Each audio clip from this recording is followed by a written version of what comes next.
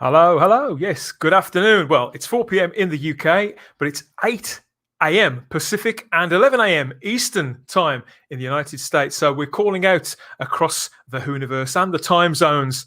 This time I've been and looked all that up for you. Just out the kindness of my heart. Where are we? Yes. Hello, everybody. We've got a few people watching in the chat. Back for more live Type 40 Doctor Who talk. Good afternoon. Oh, how are we? Whoo, yes, back again. Lots to talk about. Lots to talk about. Who've we got? We've got plenty in the chat already. Hello, Charlotte. Hi, good afternoon. Vanessa. I should have started with you this time, shouldn't I? Good afternoon, everybody. Welcome, yes, to more Doctor Who talk. Our regular drive time slot with my mug in hand. Don't drive whilst you watch the show. That would be silly. But let us take you through for the next couple of hours or so. We're going to see how it all pans out. Got a couple of people to bring on right away. Firstly, he's our TV industry insider, the TARDIS's very own Nosy Parker. Given half the chance, he'd be squinting through those double doors any chance he gets any little shaft of light. Welcome back, Simon Horton. Well, hello, Dan. Yeah, absolutely. You give me a chance to peek through those doors. I'll be there. I'll be having a look. Don't you worry about that. Nice to see you. Nice to be back with everybody. Hello, everybody. Yeah. Yes, they're all here again. We've got Lee, Anthony Davis. Hi, Lee. We have the wonderful Problem being, our good friend Problem being, the noisemaker of all sorts of noises, both verbally and otherwise. We've got Daniel Leach in the chat. Hi. Oh, and Emma's back. Hi, Emma. Hope you recovered okay and you're doing well. Let us know how you are. And yes, another hello from Vanessa. Yes, hello, Vanessa. Off to a flying start. I've just seen we've got somebody else in already. We'll bring her on right away because we might not have very long. Catch a falling, starry-eyed girl when you can. Hello, guys. Hello, starry-eyed girl. Can you hear me okay? I'm on my phone this time, so this is an experiment. You're quiet, but we can hear you. As clear as day. We'll lower our voices so we can hear you. How's that? Better. Yes, hello. Lovely. A little. You're in fine voice there. You're singing to the angels in your new picture. I'm screaming. You're screaming? That's the companion scream. Of course it is. There we are. Out of practice with this. You see, we've got more good afternoons. We've got Hello Starry here from Problem Being. Hi, and a lovely big heart. Afternoon, boys and girls. Afternoon, Mr. Brown. Yeah, I've just been reading everybody about, well, I suppose it's Doctor Who related, sort of, about the lockdown in Wales for a fortnight as from a couple of days' time, isn't it, Simon? Yes. Yeah, I think it kicks in on Friday, does it? Or something like that? I don't know. I've lost track, but I think it's Friday. Yeah. I think it's kind of full 2 weeks. Well, it's about a 2.5 week lockdown, isn't it? It sounds like it. They're calling it a fire break, aren't they? Apparently so, yeah. Apparently it's a circuit breaker in England, a fire break in Wales. Who knows? Why did they get these descriptions from? Honestly. I have no idea. But yes, if you're watching now, you're listening, you're from Wales, we do hope you're keeping safe and keeping well and not worried too much by all this. I've got two sons in Wales at the moment, and obviously lockdown's kicking in for them too. They're a little bit worried about it, but they're coping really, really well. And so, yeah, I hope everybody's managing okay. My best wishes to you all. But that's the land of Doctor Who, of course. So it does mean that filming could be out, certainly for the next couple of weeks. But I do hear from our friend Eddie of Scaro. He tweeted out the other day that Doctor Who could resume filming the first week of November, that he believes that was the original plan. Eddie's always on the case with these things, but he did acknowledge that could change due to the COVID situation going on. And contrary to all other reports, it did not start 2 weeks ago, Sarah. So that's the latest we've got from the front line. But yes, how are you this week, Sarah? What have you been doing? I've been unwell again. I'm sorry to hear that. Yeah, it was a migraine this time. This is why I'm not on camera. Because I'm not looking. I look a bit like a Zygon at the moment. I'm sure you look as lovely as ever, Seth. Do you believe her? I don't believe her. No, not for a second. She looks lovely. Yeah, busy because this is the last week before half term, unless any other lockdowns happen. That has rolled around quick.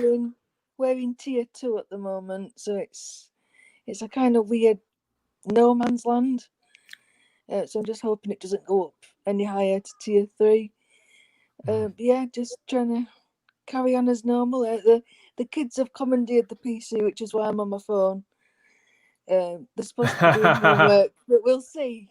We'll see in about an hour or so whether they've actually done anything. They're probably listening in. They could well be. They could well be. If you are listening in, kids, yes, look after your mom. Okay, we have got a few things to talk about this time, but I wanted to start with this because I said I would. And this young lady has posted artwork in the Facebook group many, many times. So I wanted to throw it up on screen and to give a big shout out to Katie Walker. And she said that she hadn't posted any paintings in a while. She's done several Doctor Who images over the months. This is her latest one. She says she's been having a hard time of it this year. And she did this one back in April. She sells prints, everybody, of her drawings to raise money for cat rescue, which I think is a fantastic cause. She's fundraising again at the moment, and she says they really need it because the cats are struggling and more of them need help than ever. Mm-hmm. So she's asked to get in touch on her Facebook page. Let her know what you think of her various drawings. So, yes, here it is, and here's the Facebook page that you've got to look out for. It's called Patch Paw Art and Cat Rescue. And yes, she says, every penny of the profit from my art goes directly to rescuing stray and feral cats from the streets. I think that's a pretty good cause, don't you? Absolutely. And it's a fantastic piece of artwork as well. I mean, as everybody knows, Jodie's not my favourite Doctor by any means, but it's a brilliant piece of artwork. I mean, it's lovely. It's fantastic. Yeah, she's amazing. She's really captured her likeness. I'd love to see her other Doctors as well. But yeah, you know what I think about cats, Dan. So yeah, that's an amazing cause. Yes, head over there and get in touch with Katie. And I'm sure in the Facebook group she might throw up some more of her artwork if we ask her nicely. So yes, thank you, Katie, and keep them coming. We love it. Talking about the Facebook group, yes, it worked. Last week it actually worked. We managed to stream correctly to the Facebook group for the very, very first time. And yes, we've got lots and lots of comments coming through. But unfortunately, unless you allow StreamYard to recognize that you're there, it doesn't show up who you are. But we will take your messages just the same. But please forgive us if we can't actually answer you by name. We haven't got anybody. We've got no messages from Facebook at the moment. But here we are. We've got one from Emma. We might get a Doctor Who update soon as Jodie's doing an interview on 6 Music on Sunday at 2 till 4. I'm in the studio and it's on their website. There we go. Thank you for letting us know that, Emma. So anybody out there looking out for that next Sunday on 6 Music, and I'm sure Emma will let us know what's said next time on that. Thanks, Emma. Yeah, yes, the Facebook group. So anybody in the Facebook group at the moment, what we'd like you to do is to get involved. Even if you don't want to come in and have a chat, I've dropped the link there so you can call in if you wish. Here it is. Here's the interactive component for today. This is what I'm calling the Doctor Who crazy caption. If you remember, they used to do this in Doctor Who Weekly, guys. Do you remember this? Oh, I remember this so well. In fact, do you know, I've got a story about this because I did actually the one time I did actually win the competition, the crazy caption competition back in about 1979, and they wrote me a lovely letter saying thank you very much, you won the competition, and please find enclosed your prize. And there was no prize. And I never got my prize. It's gutting, and you can see that I've moved on from it. I've got over it. It's not bitter. He's not bitter. I'm not bitter at all. I've forgotten all about it. Dead skin. Well, yes, in that exact tradition, not only is there no prize this time, but yes, we put this in the Type 40 Facebook group, and we'd like you to join in. Get that onto your device of your choice. Use whichever app you like and add your own crazy caption to whatever Mandip girl there. Mandip shared this picture of her in a half Cyberman outfit there holding what could be handles, I thought. Could be funny. Let us know. Keep them clean, please. Keep them clean. But yeah, we'll show the best ones on screen if any of them are actually clean later on. I thought that might be a bit of a laugh. There's been some Doctor Who news this week.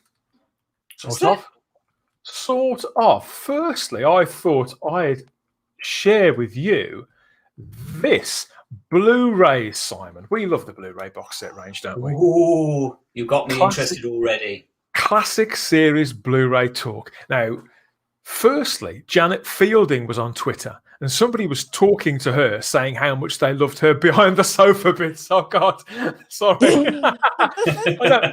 You're not a big fan of behind the sofa, are you, Simon? But somebody out there watching her Twitter feed and gave her this compliment. And she said, well, you'll be pleased to know if you enjoyed them that much, I'm recording some more this very day. And that was Sunday. What, some behind the sofas? Some behind the sofas. Whoa, how are they even doing that? I have no idea. Be fun to find out, wouldn't it?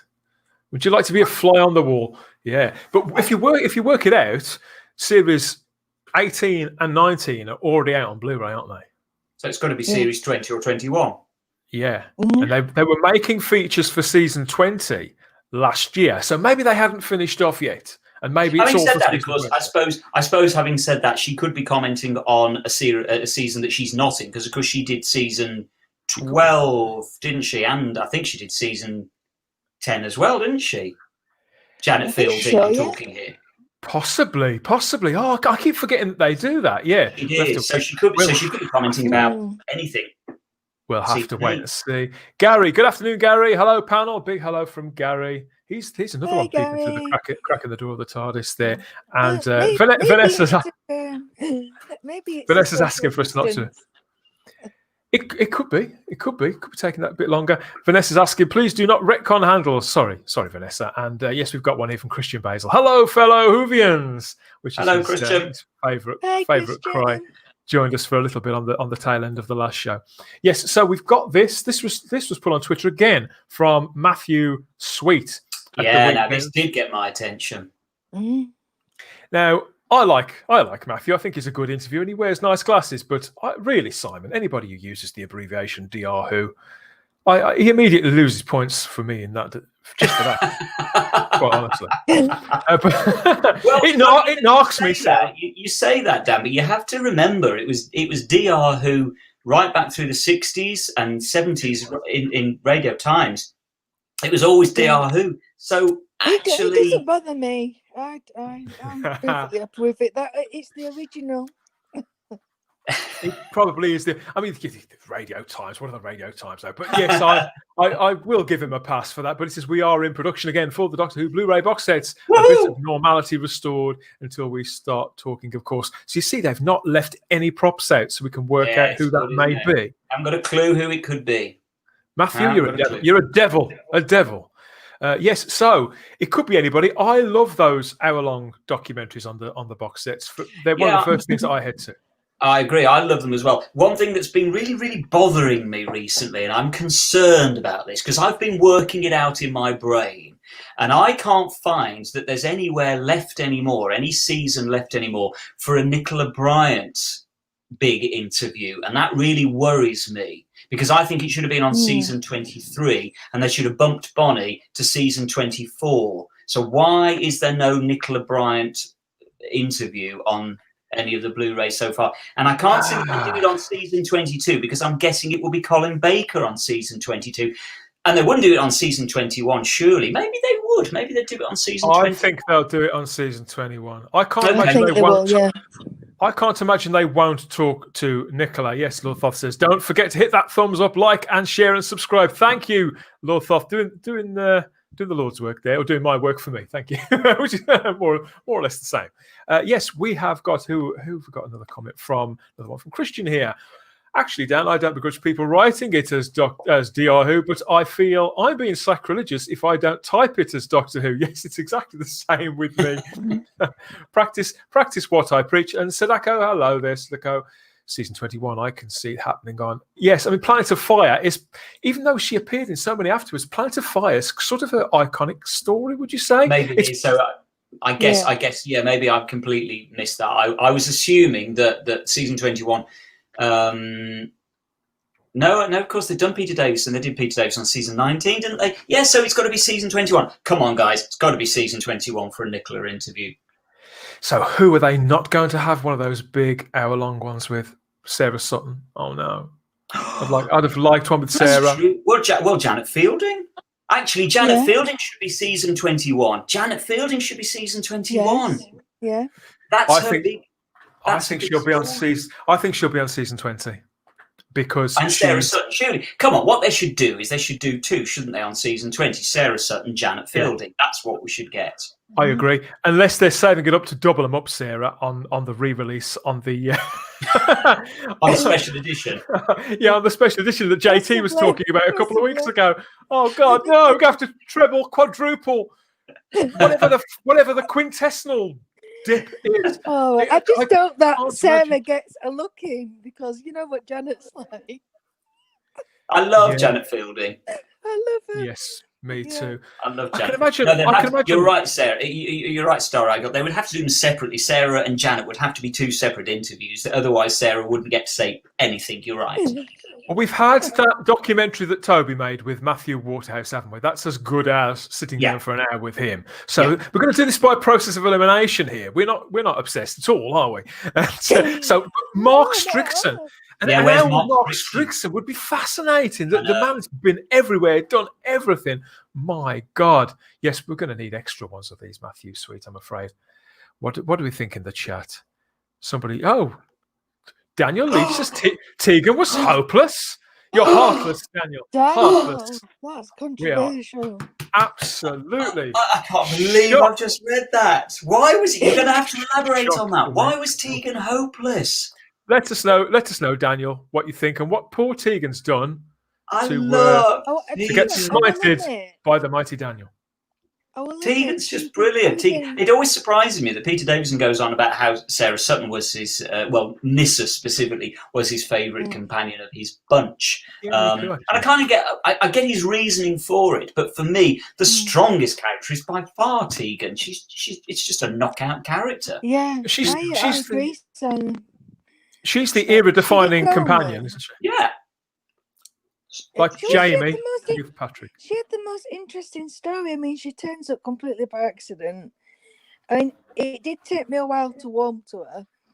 But, oh, God, a farewell scene in Resurrection of the Daleks. Oh, God, gets me every time. I know. And it's funny that it's funny that because I've been watching season 23 and the interviews with Nicola Bryant talking about her leaving scene. And she said apparently she was in studio on that day that Janet Fielding recorded that her leaving scene. And Nicola Bryant felt really badly for Janet Fielding because she thought she'd been really hard done by with her leaving scene. She thought she'd been short-changed with her leaving scene. And I agree that I think Tegan's leaving scene is knockout. We've got lots and lots of the anti-Tegan squad are in this afternoon. Tegan was just loud and miserable from Gary, and Daniel's been back. All she did was moan. I think from the outside, to the untrained ear, maybe that could be. Well, it's true. It's true. She did moan. She did. But to me, that was part of her appeal of her character. It was fun that she moaned. That brilliant line in The Visitation about a broken clock keeps better time than you. I love the fact that she moans. Yes, I love it too, I have to say. Nissa was far better as a companion, says Gary, but not as good an actress. Janet Fielding was a gold. Gold? Yeah, I'm guessing that gold. Good actress, yes. Oh, good. I think Gary's on his phone there. And yes, Lord Thoth says maybe because she was aggressive and assertive. Yeah, I never had a problem with that either. That's why me too. It was a breath of fresh air. She was different. Yeah. I always felt like Sarah Sutton, she kind of always got sort of lost in the middle. I agree. Her character, I just felt, was really weak. Always seemed to be, she was either asleep or kidnapped or in a trance or something. Well, at the time, Doctor Who was quite a bombastic show, really. Even in its quieter moments, it was always making quite a big statement. And Nissa was a contained character, a polite character. And I think that Sarah Sutton is as good an actress as Janet Fielding all day long. But the character, I think some writers didn't really know how to write for her. I don't think we know that J&T didn't know what to do with all those bodies anyway.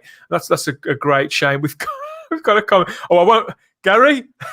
Gary, I won't put that comment out because that could get you into more trouble than it could me. So I'm going to go over to Derek. Derek just says, "Bring back Adric." You're on your own there. No. No, don't bring back Adric.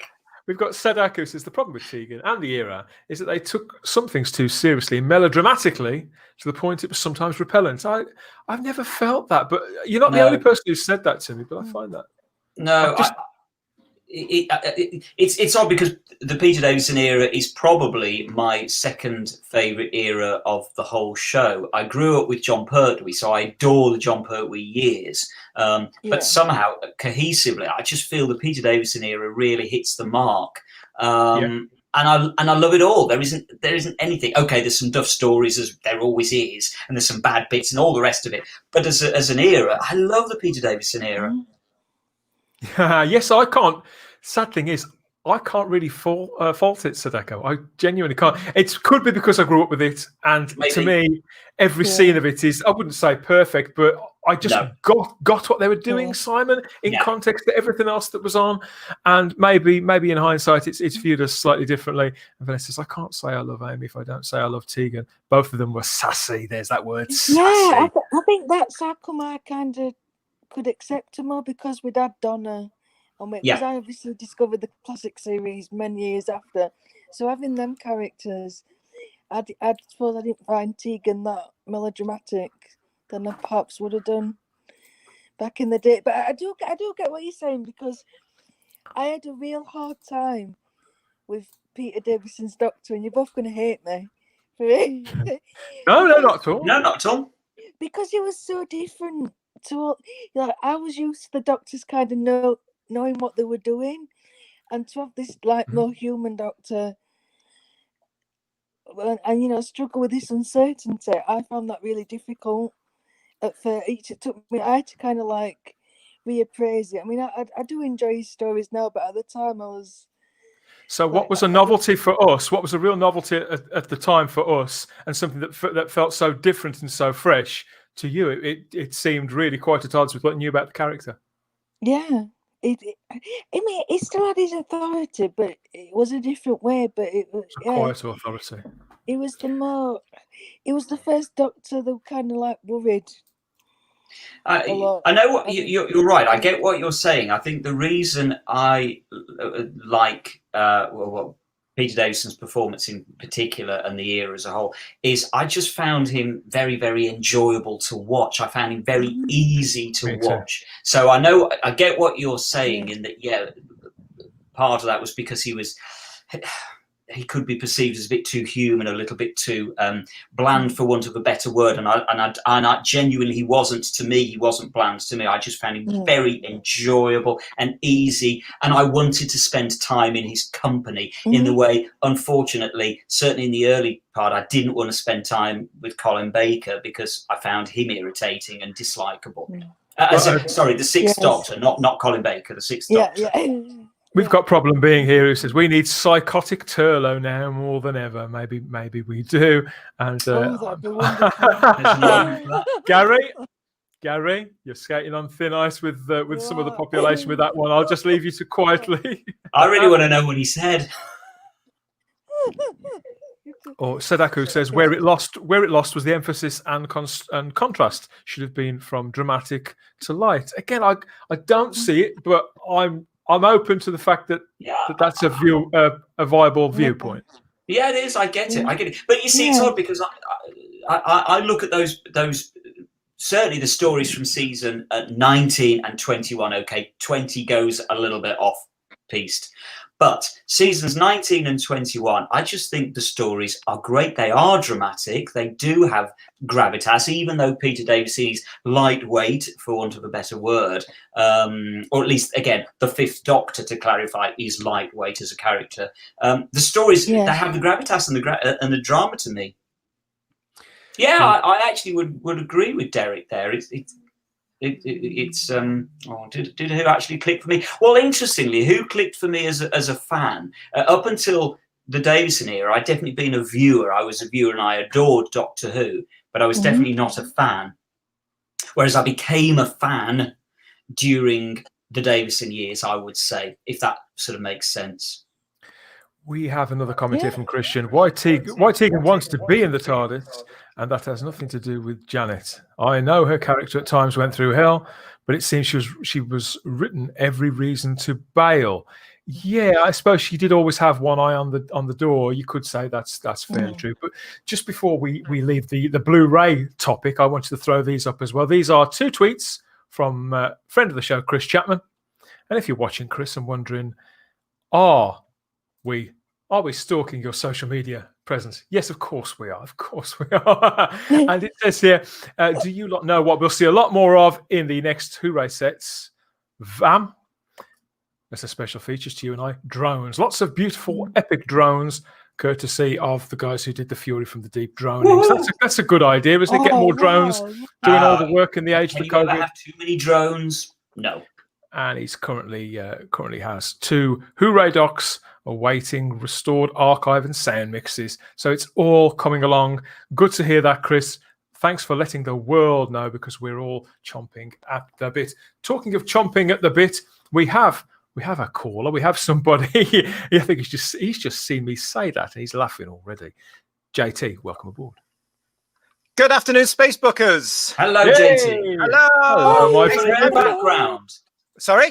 You have a new background. Yeah, I'm trying this one out. I don't know if it's too dark. Can you see me? No, it's perfect. We can hear you even better. You're clearer as well this week. Oh, lovely. That's good. Listen, Simon, I was finishing some work there, and I was sort of paying attention to the show. And you mentioned you entered a Doctor Who Weekly competition. I did. And you didn't get any. I think that's terrible. I think you should have a word with those fools at the editorial team now and get them to send you something from the office. Listen, can you imagine as a 12-year-old I was probably about 10. I was about 10, 11 at the time, getting the letter that said, well done, you've won the Crazy Caption competition. Please, if I closed your free gift. Yeah, and there was nothing. That's terrible. But I have to say, to cheer you up, Simon, I too won the Crazy Caption competition. That's what I should have. You've got my 7-inch single. That's mine. You were framed. Well, good afternoon, Space Bookers. Good afternoon, everybody. Fancy calling in just to gloat at a mate. Now you've just put that on screen. I remember. I'd forgotten this. I entered that competition as well to win one of those 7-inch singles. I never won it. It looks in beautiful condition, JT, considering it's 40 years. Good. The reason is that the original one, JT? Is that the one you actually won? The one that I didn't win? That's the one you won? Yeah. That's yours, Simon. Wow. Yeah, that's it. That's that. But it came in one of those. Oh. Yes. Oh, I got the envelope. Thank you very much. The envelope. Yeah. Well, it's been in the envelope for years, and then I just added things to it, as you do. Yeah. But that's why it's in good condition. It hasn't been out of the cardboard for years. I've got the Davison sleeve as a big Davison fan. Davison's Doctor's more approachable to me, says Matt Pot. Yes. There. And Vanessa adds that Tegan was a more realistic character on some levels. I'd view it that as on a lot of levels. I've been out with a lot of girls just like Tegan, apart from the Australian accents. Life, that could say more about me than it does about them. Life in the TARDIS is not easy. And we've got a message here from Chris Persia. Oh, I seem to be late. Chris? Didn't you get the alarm call? Afternoon, Dan, Simon, and Starry. A trio of goodness, the new pair of 3. Well, we were, now with the pair of 4. We've gone on new adventures here with JT. That's your reading library there behind. Part of it, yeah. Happy days. The Target books, happy days. Don't start on the Target books. We'll be here till next week. Yes. Did you collect them at the time as well, JT? Did you? Yeah, I did. And I was. My first one was The Web of Fear, which is up there.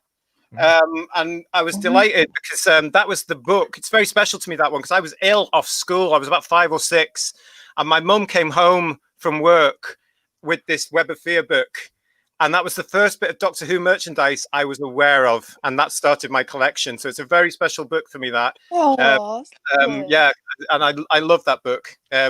So very pleased with that one. But then I was quite lucky because I've managed to get all of them as they were released. Because as a young man, I worked in a library suppliers. Show off. I know, yeah. So when they came in on the carts from the publishers, I was there. I love that. Just get me doing that. It's just come on to blow. It's not what you know, it's who you know. That is what they talking about. Who you know. We do have a caller. Somebody's about to join us here. Oh yes, yeah. I'll just add him to the stream. Come in. There we are. There we are. Hello, Gary. You're through Facebook and You're gonna have to turn the sound down. I can hear. I can hear you. I'm still new to all this. Sorry. Is that better? That's much better, Gary. Sorry, I'm still.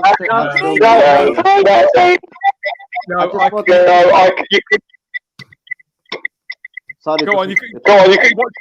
What did you want to talk about? I just wanted to apologise if you think I'm being offensive. I'm not being offensive in the chat. No. You don't have to pull funny faces, mate. You're all right. No, listen, just hear me out. All I wanted to say is, I'm from the 70s and the 80s. We're all born in different circumstances. I don't know nothing about your life, and you know nothing about my life or how we grew up. Boys and girls watch Doctor Who in a different way. I have no idea how girls feel or how boys feel. We're different. We might be equal in terms of humanity. We don't know how women think any more than they know how men think. Even if you're married or got a girlfriend or boyfriend, you don't really know what people are thinking. But the point is, boys and girls probably watch it differently. I think girls are more emotionally connected. I'm a bit tired, that's why I'm all shaking, sound nervous. I've had a long day and I've got arthritis. But boys and girls watch it differently. Girls view it emotionally. Boys want the rough and tumble. We're not interested, or we weren't interested in the soapy drama of it, especially in the 80s, at 14, 15, 16, excuse me. I get upset with all this woke. We're all programmed and conditioned to talk in a certain way. We can't even talk and be honest. I'm upset about this now because, you know, you called somebody, you know, a couple of weeks ago, I'm not being funny, I love these Doctor Who channels. You got all this fighting going on. I'm not mentioning channels, but I feel like I'm involved in the middle. You're all my friends, and there's all this stuff. And every time, you know, you can't be honest. I'm the least offensive person you ever want to meet. You know what I mean? I just love Doctor Who. That's what I'm here for. I mean, a couple of weeks ago, you were going on about Doctor Who Victorious. You must be a nut. You know, if you want to buy it. I'm just a collector. I know you wasn't talking to me personally, but, you know, everything's woke up. But as soon as you talk about a woman in a certain way, what's wrong with not liking loud and aggressive women?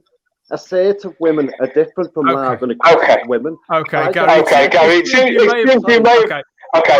I'm going to have to remove you. Okay, Gary, listen, if all I can hear is myself talking, I haven't removed you because what you wanted to talk about. I've removed you because I can't talk back to myself, just listen to my own voice. It seems you've taken a little bit of offense at something we said a couple of weeks ago, and that really wasn't the case. It was only meant in jest, just like today when we were talking about your comment made earlier on. It's all a bit of fun. We're just having a laugh. We don't think that you were saying anything offensive at all. But thanks for calling in. It's been a pleasure to have you in the chat. Thank you. Yes, where were we? Gary was talking about fandom there, and I've been contacted by somebody called Amber, who is studying television at university, and she's doing her dissertation on the effect of being in fandom on a fan's mental health. And she's asked if we can plug this survey. She wants as many Doctor Who fans as possible to get in touch and to fill in the survey on her page. And it's all hosted remotely. I've got a link here, and I'll pop a link in the description. So if anybody fancies contributing to this, I thought it was quite a worthwhile thing to get involved with. Here we are. There it is. The fandom survey and its effect on mental health. Because of course, mental health. It was World Mental Health Day last week, wasn't it, Simon? Did you hear about that? Yeah, I did. And, you know, I'm not ashamed to say that I've suffered from mental health problems. Lots and lots of people around me suffer from mental health problems. So I think this is very, very commendable. And for me personally, look, you know, Doctor Who is so important to my life. It's so much about escapism and being able to retreat into that world, and that helps my mental health enormously. So I don't think, you know, the effects of someone like Doctor Who on mental health can be underestimated, because it's important to everybody. Yes, that's what I thought about this, because what with it being the Mental Health Day, and Gary was just mentioning a lot of infighting that goes on between Doctor Who fans, and this has been really heightened over the last year, 18 months. I think that the longer the gap between seasons, traditionally, the more fans tend to sort of it becomes an extended silly season, and fans start to look for other things to talk about and can sort of turn on one another. But in the last 18 months to 2 years, it seems to have just got worse and worse. And there's been a lot of infighting over on Twitter and various other places, and really over not very much at all. But things can really sort of gather pace and speed and size. And before you know it, people are saying the most unforgivable things and becoming people, JT, that they probably would never wish to be viewed as in a million years. JT, you've been in the fandom for a long time too. What's your perspective of it now in 2020? Oh man, I mean, it's changed. To me, it's unrecognizable. I mean, I've said several times on this show, there was a time, especially in the 80s and when the show was off air in the 90s, where fans would come together and you would have an argument or a discussion about an episode or a doctor or a character or an actor in the show or a producer or whatever element of the show it was. And then after that discussion, very much as it's like on this channel, actually, you would shake and make up and you're still friends. However, we've now seen, especially since 2017, fandom has changed and it has evolved. And my personal awareness of what's gone in fandom is that it has actually since 2017 opened the door to people that may not necessarily be fans as we understand the word fans, but are very much activists, and they're there for certain reasons, and they brought their own virtue signaling message and they brought their own agenda in there. And there are several that I've seen and had communication with via Facebook, via Twitter, met a couple in person. And I think that's changed the whole of the Facebook thing. And I think that's really driven a lot more arguments than it necessarily should have done. And also, I mean, I agree with you, JT. And, following on from that, as has just been highlighted, and I want to make clear to Gary, who's just been on and has just left, we were not taking any offence at anything anybody had said. It's absolutely fine for anybody to say, where's Doctor Who and all this? Well, I guess we've sort of gone down a bit of a rabbit hole now. But as I say, it's absolutely fine for anybody to have any view on anything. And if they don't like loud and aggressive women in Doctor Who, that's absolutely fine. That's a totally valid point. And we take it on board. And I'm upset that because I love Tegan and I can't understand why anybody wouldn't love Tegan. So this just goes to show that actually everybody can have an opinion. Anybody can have, it doesn't matter what the opinion is. And we are still all friends. We're all still friends, aren't we? Doesn't matter. Oh, absolutely. Exactly. And I think the fact that after all this time, we see people losing it within such a community, a minority of a minority, like a fan base for a TV show. Yeah. And we see people turning on one another thinking, well, what did they mean by that? Did they, they're pointing the finger at me and they're saying that. I mean, even Gary there, bless him, Gary put quite an innocent message in the chat. I knew that was an innocent statement that he made when I referred to it. But he seemed to think, I suppose, because some people out there do take statements like that about the opposite sex and they run with them to try and portray somebody as sexist or whatever. He probably thought that I was doing that because out there in the world, you say something, even with tongue in cheek, about the opposite sex, that kind of banter that used to exist in society, it's not allowed to fire off the way it used to. That's It's also the fact, tying in with that, Dan, that people may not necessarily understand British humour anymore, and there's an awful lot of dangers in that, because there is a humour, there's an underlying humour that we in Britain have, and it's very much exclusive to us. I couldn't actually hear Gary there because I was getting all sorts of feedback coming through, so I don't know what actually he started to talk about or was going to say there. So sorry, Gary, I couldn't really hear you. But I would think if anybody's taking offence with anything that anybody else is saying, I think that's the crux of one of these problems, because you can't. Because as I've said before, it's somebody's opinion or it's somebody's sense of humour, and you shouldn't take it personally. And that's one of the things we used to be very good at in Doctor Who fandom. And I can't speak for other sci-fi or fantasy fandoms, but certainly in Doctor Who fandom, we were very good at taking the rise out of each other. And, you'd be...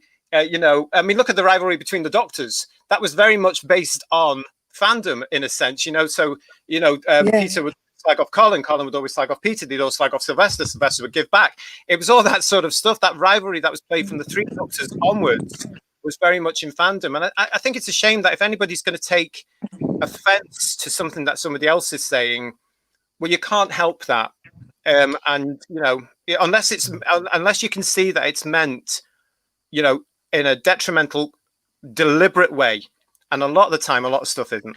The phrase that I remember hearing a lot, and I think it's probably an old phrase, a lot of these things tend to be, and I think should be sort of heard a bit more now, is I didn't give offence, you took offence. That's, you know what I mean? Yeah, most people, JT, most people are nice. At the very core of them are nice, and they mean well, and they would never want to offend or fall out, particularly over something that brings you pleasure in the way that Doctor Who does. But the idea that involvement in a fandom can have a detrimental effect on your mental health, Sadako was mentioning that some of it's brought to tears lately. She's just said that.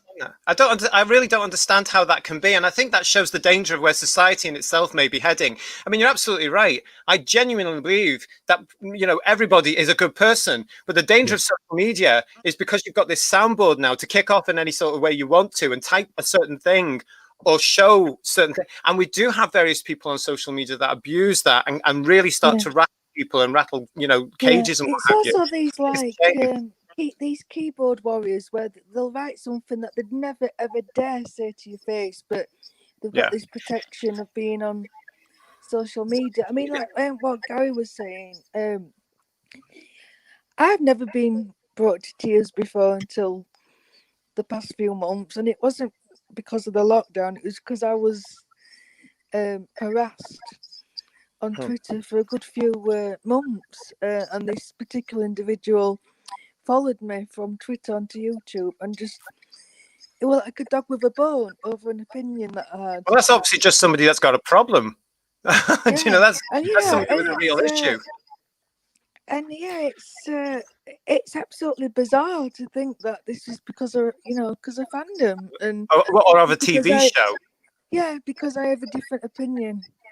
Do you know, this is the problem. This is the problem that is happening more and more, obviously. And I certainly blame, or not blame exactly, but I will accuse certain aspects of Doctor Who environment.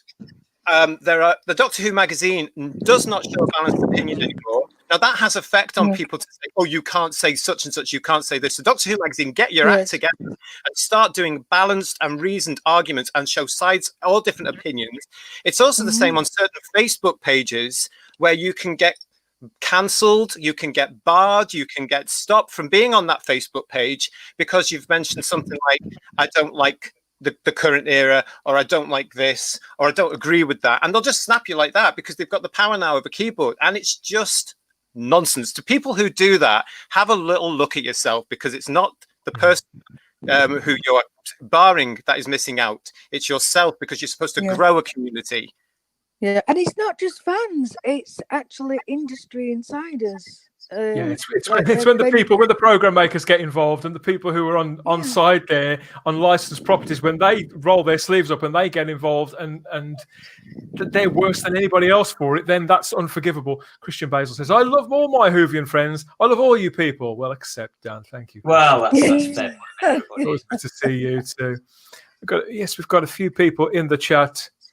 There we are. Sadako here again. Doctor Who magazine was always a bit propagandist towards the current showrunners product and their cult of personality. You expect that up to a point with a licensed title. You expect that up to a point, though, don't you, JT? Well, I would challenge that. As somebody who bought Doctor Who magazine from issue 1 to the 40th anniversary edition of themselves, there was always a balance in the letters pages, and you can go back right up until the Moffat era. And even in the RTD era, you would get people saying, "I wasn't quite sure about that," and then it phased out. And I think it phased out because, of course, BBC Worldwide, as they were then, now BBC Studios, got more of a say in the running of Panini's output with that magazine. And if you've got a license like that, you want to keep it going, you're going to kiss their arse and do what they need to. But it's not healthy, and it's not good to just have one side of an argument in everything. And Doctor Who magazine is extremely guilty of that. It's such a shame. I think the magazine is certainly this last year, 18 months, it's really suffered right across the board. I mean, we know that the sales are down with it, and we know that times are changing. We accept that magazines, generally, that few people buy them, but Doctor Who magazine has taken a big, big hit. The quality of it has gone down, hasn't it, Simon? You and I have talked about this a few times. But yeah, we can hope that it pulls through. I mean, they're doing a lot of tie-ins at the moment to Time Lord Victorious, which which I do hope that it does work out. The only way it can pull through, Dan, is for the TV show to change. A new production team, a new look, a new lead. Simple as that. Yeah, very, very, very true.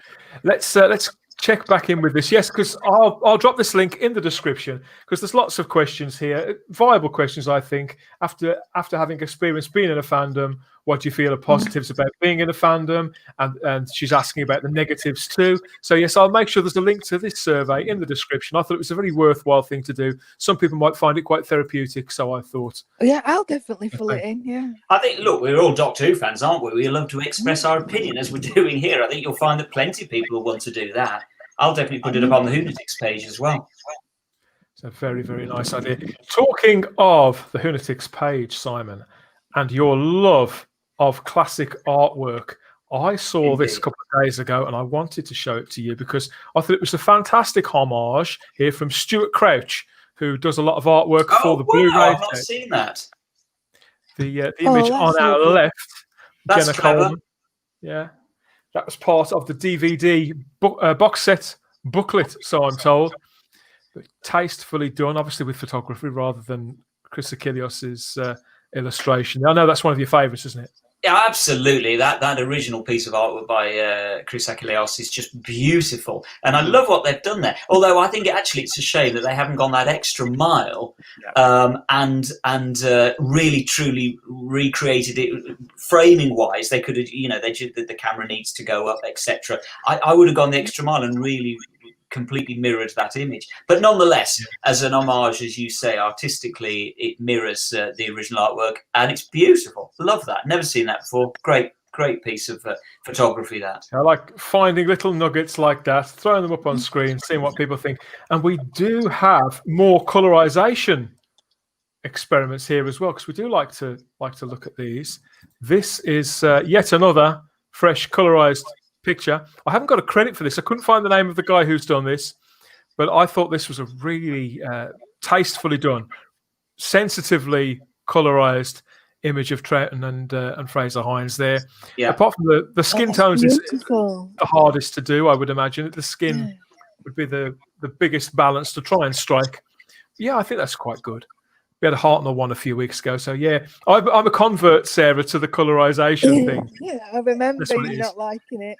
How do you feel about colorization, JT? Doesn't bother me at all. I mean, they were color in real life. It just happens to be a photograph. It doesn't really bother me.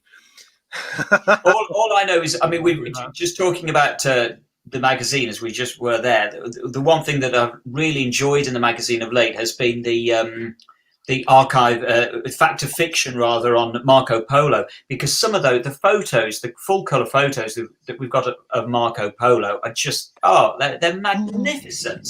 And so I praise them for printing those, because those photos are great, and they just make me want to see Marco Polo in any form, either black and white, colour, fuzzy vision, I don't care. I just want to see Marco Polo. We have the first entry, if I can get this up, for the crazy caption competition. There we have one. And this is we've got Mangle. Are you sure this is the correct PPE? Very good. Very good. I like that one. It's topical. And that's from Ivan Roberts over on Facebook. Thank you, Ivan. Yep. That's great. I do miss the simple things like crazy caption and spot the ball. Have they ever done that with Doctor Who? Somebody should out there. And yeah, talking about the past, these pictures as well, Simon, I wanted to show you these because apparently these have turned up on eBay this week, and they're previously unseen pictures from the Crusade. Now, I hadn't seen them before, but I thought, well, if Simon hasn't seen them, then they probably really are rare. Have you seen this before? I've seen a variant on that, yeah.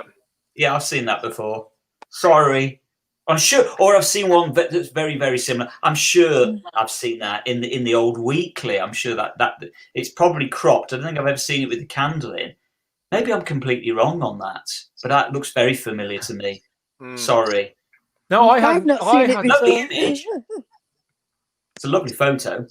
Is that light part on the right-hand side? Is that part of the set? Or Yeah, I think it's a candle, isn't it? Is it a candle or a It lamp? looks like a candle that's reflecting in the studio light. Yeah, Yeah.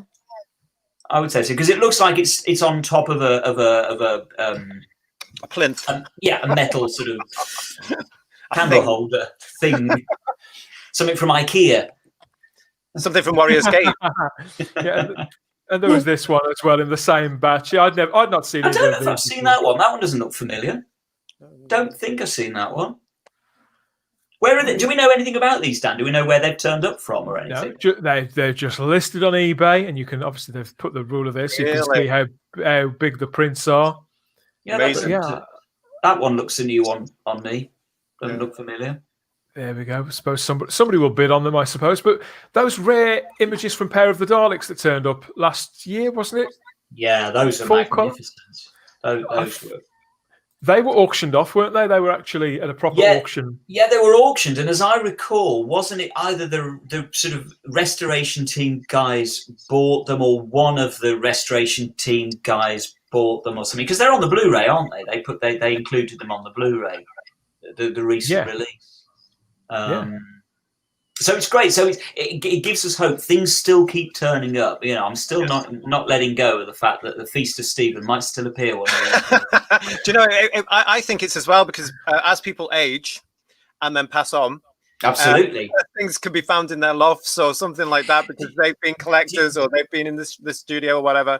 Do you remember a few years ago when dear Bob Monkhouse, bless him, who I adored, when he passed away, and everybody was hoping and praying that he had got stuff in his loft or his attic, because his collection of not just Doctor Who but television was unparalleled. I mean, there's a documentary out there. Go if you can find it, go and find it, because the stuff that he had is incredible. And we were all hoping that they'd find Galaxy 4 or whatever up in his loft, and they never did. Yeah. I think it's surprising that Sadaku's here asking, can you expand that? I can barely read it. Well, it is in the Facebook group. I'll try and put it up on the page and show it again a little bit later on. I think she's talking about the caption. It's a good one, Sadako. Yes, we've got a little bit more as well, because I wanted to run this past you. A couple of weeks ago, Simon, you and I had a big discussion, didn't we, about the War Doctor with Ian David Diaz. Now, Ian was saying that really that the whole issue of casting John Hurt and the creation of the War Doctor, how it's never sit well with him. And I was agreeing. 7-8 years on, and you very much agreed with him. And there was people in the chat who sort of veered a little bit. And what have we got? We've got some more messages here. Yeah, we've got So I wondered how you felt about this news that broke this week, that the War Doctor had been recast by Big Finish, and they're pushing ahead with a brand new range of box sets. They're offering 4 box sets. They start from June next year, and they've recast the War Doctor, but it's going to be a younger version of the War Doctor. So the action takes up right after that short Night of the Doctor. The action picks up as soon as that ends, with the young John Hurt Doctor making his way in the new universe, but against the backdrop of the Time War. You find that. So can I just check, Dan? Do we know who is being cast, and B, are they doing a John Hurt impression or what? They are. Well, an actor called Jonathan Carley has been cast. Now, this guy was heard. Here he is. This guy was heard performing the War Doctor in one of the lockdown shorts that Emily Cook put together. Okay. Where they had impersonators for all the Doctors on. Do you remember that one, Sarah? Oh, was it the Doctors Assemble? That one. That's it, the Doctors Assemble. And he was very good in that, wasn't he? Very gruff. He was okay. I don't like this idea. No, I don't. I love Big Finish, but I think sometimes you can have too much of a good thing, and it sounds a bit more another cash grab. I know, like, we kind of recast the first Doctor with David Bradley, but he's been on screen, and I don't know. It's really, I know I shouldn't have a problem with it, but I just think it's a strange one, isn't it? It's really strange. strange. It just feels ever so slightly desperate to me. Yeah. It's not like John Hurt as the War Doctor was around long enough to establish the character for it to justify being recast as somebody else. So it just feels a bit, why are you it doing just seems this? like one stretch too far. But I think maybe it might have worked. Maybe it would have been better had they done them as talking books. So rather than as presumably full cast audios, had they done them as talking books, that might have worked a bit better. But to recast John Hurt after only he appeared in the show for 5 minutes, kind of thing, just was a bit odd somehow. We have here's the exact wording from Big Finish. It's just the tragic passing of John Hurt in 2017 brought the curtain down on the War Doctor's further adventures, because of course they were pushing on, weren't they, with sets of 4. But now his origin story can finally be told. Doctor Who, The War Doctor Begins, stars newcomer Jonathan Carley and is set to be released starting from June 2021. Before box sets, writers to be announced. So it is very scant information. For me, it depends on for me, Sarah, it depends on the writing. It really does. I think the big success. Is it a story that really needs to be told? I mean, to me, it's like, John Hurt tragically passes away. Don't leave him be. It feels disrespectful. It's like carrying on doing Blake 7 and recasting Paul Darrow. I guess. I mean, I would agree with you. I would agree with you. It just doesn't sit comfortably with me. I guess it depends on whether you're a particular fan of the War Doctor. If you happen to love the War Doctor, and to be honest, I'm sorry, guys, but I don't like the War Doctor. I love John Hurt. I love John Hurt with a passion, but I don't like the War Doctor, and I can never forgive them for not putting Paul McGann in that role. But I guess if you love the War Doctor, I guess you're going to be absolutely thrilled over this. I don't know. I do love the War Doctor, and I haven't listened yet, but I'm really keen to listen to the War Doctor and the War Master.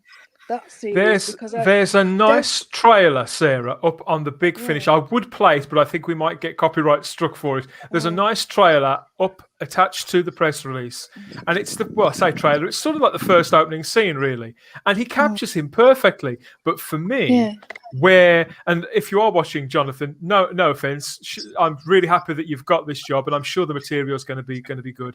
But for me, where this falls into is that his performance feels like an impression rather than a performance. I think where Big Finish have succeeded on audio with the John Pertwee era stuff, the Third Doctor adventures, they've cast Tim Treloar, and he's really evolved with the part. I haven't said that, maybe Jonathan will. He's really evolved with the part to the point where it isn't an impersonation. It is a performance. It's an interpretation and a performance, and acting is at the centre of it, rather than a John Culshaw style. Isn't this funny? I can sound a bit like this guy. So I don't really know where it's going to go. The Big Finish stuff, they are expensive if you're buying brand new, and I just think, why do I want to pay for somebody to do an impression of another actor? But like I say, that's just my opinion, and he might be fantastic, and I'll give it a try because I do like the War Doctor. And we've got a few. I don't mind coming back and eating my words next Lots year. of fans of the War Doctor are in the chat. Lots of fans of the War Doctor in the chat at the moment. I love the War Doctor, says Derek Brady there, and we've got. I'm sorry, I blame Eccleston for the War Doctor from Vanessa Law. But we have a big War Doctor fan waiting to call in now. We've got our friend, the Rabbi from Another Planet, who's a big believer in this range. So he's going to tell us why now. Welcome aboard, Sfee. Okay. Hello, how are you? We're all good, mate. So you're a big fan of this, aren't you? Coffee again. So yeah, listen, this is... Hi, Sfee. Hello, how are you? Yeah, I'm good, thank you. This is like where I am on this. I'm pretty excited, and the reason is that Big Finish, especially with the Time War Rangers, have built up a real level of quality, like a real level of quality that I feel I can trust. Yeah, so listen, I do hear the criticism. This seems like it could be a like impersonation rather than a performance. But they recruited Jake Dartman in exactly the same way, and his work is, I think, just excellent. I really like his Doctor stuff, and his voice is uncannily like a lot of the Doctors. Like, but he did a 12th Doctor set, and it didn't sound that much like it, but I think his performance carried it off. What I think is going on is the whole Time War range, and there are a lot of different ranges. You got the War Doctor, you got the War Master, you got the Time War with Paul McGann, and you got Susan's War, and they're all building up into like these little tiles to build up to something. They're going in some direction. I'm not sure where, but I think they need the War. I think they're at their point now where they need to bring a War Doctor in. Otherwise, it's just going to make the storytelling harder. Yeah, could it be a bunch of impersonations? Yeah, it could be. But so far, everything they've done with recasting has just been pitch perfect. Tim Trelaw's Third Doctor's perfect. John Colcher, who's an impersonator, he played the Brigadier perfectly, and it was, again, it's not an impression, it was a performance. His brigadier was excellent. Yeah, and his Delgado Master and his Alien Master, it was actually slightly better. Also just pitch perfect. They every time they've done this, they pulled it together, and it's worked out well. So yeah, I pre-ordered the 4 sets. I will go in there. I will be the canary in the mine and let you know whether you come in or not. What's your instinct then, Rabbi, on the story balance? I mean, because they've got the Paul McGann Doctor sort of in the Time War at the moment, haven't they? Are there stories that they could tell with this incarnation of the Doctor that they couldn't do with that one? Yes, I believe so. I think they got, because bottom line, Paul McGann regenerated to be the warder, to fight the Time War. So they can't made have so the much decision. In the Time War. Yeah. Yeah, it's always got to be like peripheral. I'm excited to hear what they're going to do. I think they're going to be good. Honestly, I think they're going to be good. They're normally good. Again, I wonder who they'll write. Doctor box set was some of the best Doctor stories I've heard. It was really excellent. I do wonder who the writers are going to be on that, because obviously that will be the key. So the range producer is Nick Briggs. That's the other reason why I have reasonable confidence in this. He was the producer on the War Doctor stuff with John Hurt, wasn't he? Right. Yeah, exactly. And I think he was like the creative vision behind it. Yeah, listen, look, there are a lot of woke tropes going through a lot of in tape. You're going to find them in everything. Nick Briggs's outlook is very lefty, for want of a better word. But again, I just don't find his work that woke, even though it's got a lot of wokeness in it. I find it totally acceptable. I think he's a solid. I think somebody can put out their point of view in their story and say, "This is what I think," and if you like it, good. If not, not. But he's not telling you that you're a terrible person if you disagree with him. Right. Yeah.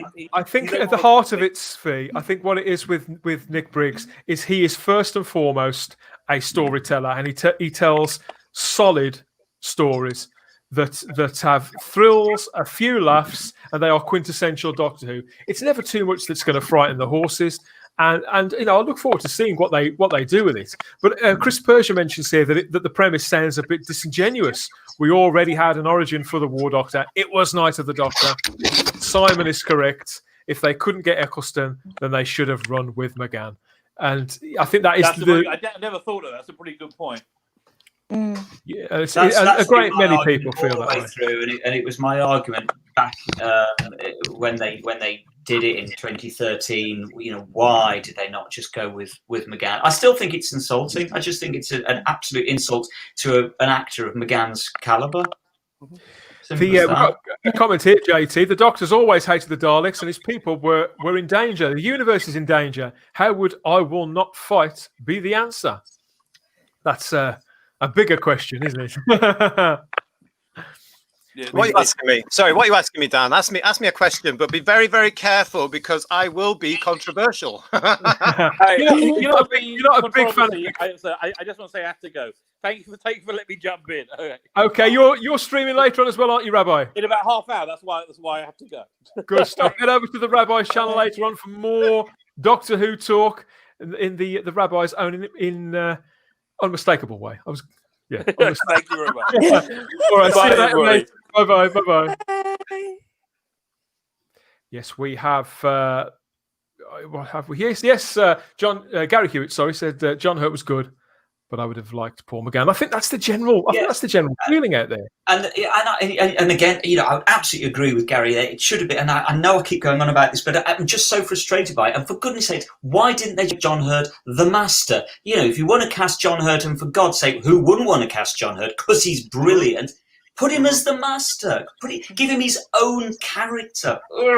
Don't give him I do agree with you, Simon. I never agreed with Moffat's insistence that the reason he didn't do the Eighth Doctor in Day of the Doctor was because he couldn't see McGann's Doctor pressing the button. The button was never pressed anyway, and it would have had a big effect on the McGann Doctor had he thought he had, which would have led naturally to his regeneration through trauma and stress and everything like that. It was just an excuse to work with Hurt, which I would have taken, like you, as you've just said, I would have taken as well.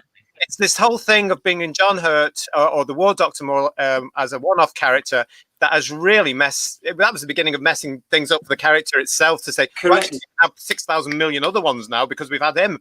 Nonsense. It's like I said previously, it's kind of undermined the value of the Doctors because anybody can be a Doctor and they don't even have to fit in with the timeline. You just sort of call them something else. Oh, let's call him the War Doctor. Let's call him, you can call him whatever you want to call him. And so it devalues the role. Absolutely.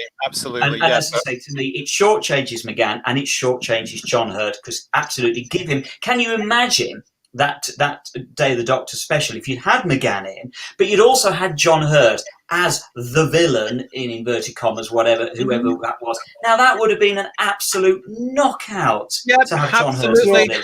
Absolutely, and it would have restored. I think Lord Lothwot put there Justice for 8. It would have been great to include McGann into that. It wouldn't have messed up the Doctor's timeline or continuity. I like that idea of having John as a villain, Mr. Hurt as a villain, because that would have worked beautifully. But again, it was down to a creative vision that was possibly misguided or not thought through properly. There are elements of getting that show done very, very quickly because that's the impression that I got, that they were really up against it to come up with a solution. We have to remember that he had no Doctor at the time because Matt Smith was out of contract. Maybe we're being really, really unfair on this one, and maybe he did ask Paul McGann, and Paul McGann said no. It's possible. Well, it's possible, but I doubt it because he did that webisode. But maybe he wasn't available. Maybe he said, "I'm really sorry, I can't do it, or I'm not going to do it, but I'll do you one little pod episode." We'll find out eventually. The truth will come out. Yeah. Moffat set the trend for canon shafting. Yeah. And that's exactly canon shafting is quite a good word now because when it comes to any audio, I think personally. That's in evidence in all this stuff. I mean, really, come on. Brady says, I definitely say that Moffat opened the door for Chibnall to walk through. Oh, definitely, yeah. He held it open. And I love Moffat. Don't get me wrong. I don't want Vanessa to shout. Strange woman. No, I know Vanessa. Vanessa, we know you love Moffat. Good for you. I'm generally a Moffat defender. I've been in the past, but I can definitely see this is one of them times that it was his fault. Well, it was also not wanting to dwell on this, but it was also Moffat that made it even messier by saying that it was a kind of a half regeneration with the hand business in what's the episode that's got Stolen Earth in it. Thank you, Stolen Earth. That was a thrown away regeneration, so he lost that regeneration as well. So Moffat completely stuffed up the whole regenerative. Was RTD, that one. But Moffat made the excuse. Was it RTD? Yeah, it was Russell T Davies that wrote The Stolen Earth and Journey's End. But it was Moffat that said Moffat that that was a used it. regeneration. Sorry, it was Moffat sorry, that used sorry. something that RTD had set up and said, "Oh, that was another regeneration." That counts. So That it was counts Moffat. to the same body. Sorry, They got Vanessa. Sorry. I love Stephen Moffat. I love Press Gang. And Sadako says Moffat was once the great white hope for me. When Missy happened, I felt he ruined all his good work. Missy's quite a divisive character too. I think we talked about her last week or the week before. But yeah, it just does tend to bob up. Us men love our ego. It's general. What's that? I think we have left. Well, that's debatable. No, I wouldn't. I wouldn't hold with that. No, I wouldn't hold with that. And yes, Vanessa says Starreed's quite all right. Yeah, so I think it's a reference to the general regeneration in Hellbent. That's what I thought too. Yeah. Where she said, the general, the general from Day of the Doctor, he regenerates into a woman of colour. Yeah, but that was done for virtue. That's all. And the first line is, "Oh, it's the only time I've been a man." That regeneration. How do you cope with all that ego? And I was right. Like, oh. I've obviously blocked this one from my memory. Yes, I tried to for a little while. It was probably that was the season that I mentioned a couple of episodes ago, where everything was about hating men. It was all there, it was just silly. Yeah, I think it's stuck in people's largely, Simon. It's good that you've been able to block that out. I had a little bit as well, but there are people out there who it really did stay with them, and they felt slighted by the showrunner, and I do totally get that. Well, I'm one of those people, because I noticed that through that entire season, and it started to get on my nerves. I thought, hang on a minute, this is not Doctor Who. And that whole thing that he was bringing in about this was tying with a cultural change within the show, within the BBC, within show business, but certainly not within fandom and not within the country. Yeah.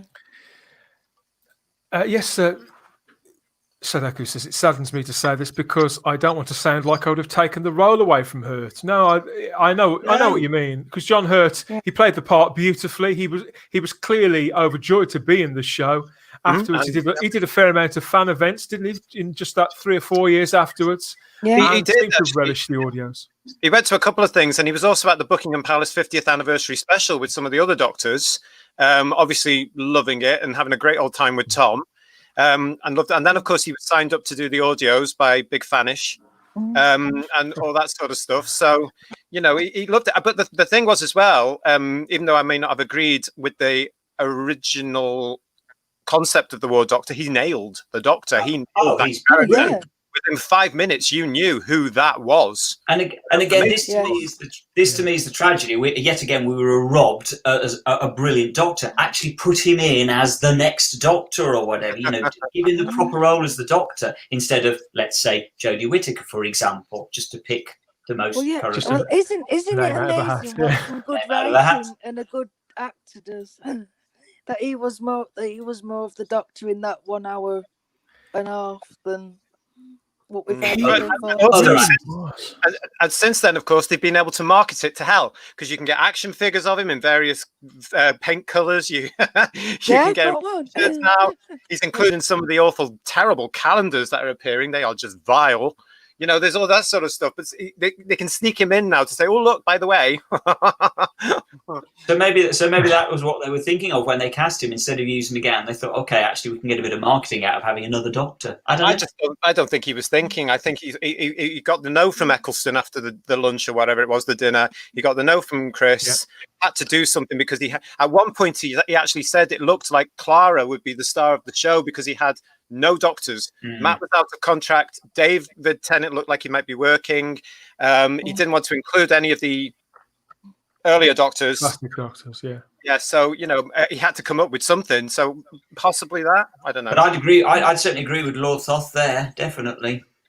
John Hurt was a perfect example of the original classic Doctors, not the timey-wimey ones. This reminds me of a point that I raised when Ian Dears was talking about it a few weeks ago, how that Doctor, that characterization, when he couldn't get Eccleston, I think I think what was it? It exactly said the ideal candidate to put into that story would have been the William Hartnell Doctor, and obviously because William Hartnell is no longer with us, the creating a character like the War Doctor filled that role, filled that vacuum, and created the most potential for drama, for self-reflection, and for comedy as well. Some of the comedy between those three characters is beautiful.